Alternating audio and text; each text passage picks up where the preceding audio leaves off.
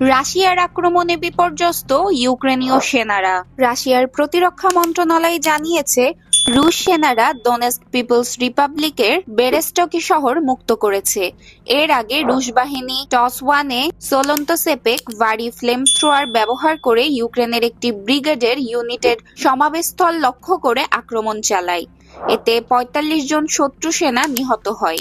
রাশিয়ার দক্ষিণ ব্যাটল গ্রুপের ইউনিটগুলো কৌশলগত অবস্থান উন্নত করেছে এবং ইউক্রেনের দুটি মেকানাইজড, একটি এয়ার মোবাইল এবং একটি এয়ারবোর্ন ব্রিগেডকে পরাস্ত করেছে। উত্তর ব্যাটল গ্রুপের আক্রমণে ইউক্রেনীয় বাহিনী একদিনে মোট ৫১৫ সেনা হারিয়েছে। রুশ বাহিনী ইউক্রেনের সামরিক শিল্প কমপ্লেক্সের উপরও আঘাত করেছে এবং ১৪২টি সামরিক স্থাপনা ধ্বংস করেছে। এখন পর্যন্ত রুশ বাহিনী ইউক্রেনের ৬৪৯টি বিমান, ২৮৩টি হেলিকপ্টার এবং ৩৭৩৮০টি ড্রোন ধ্বংস করেছে।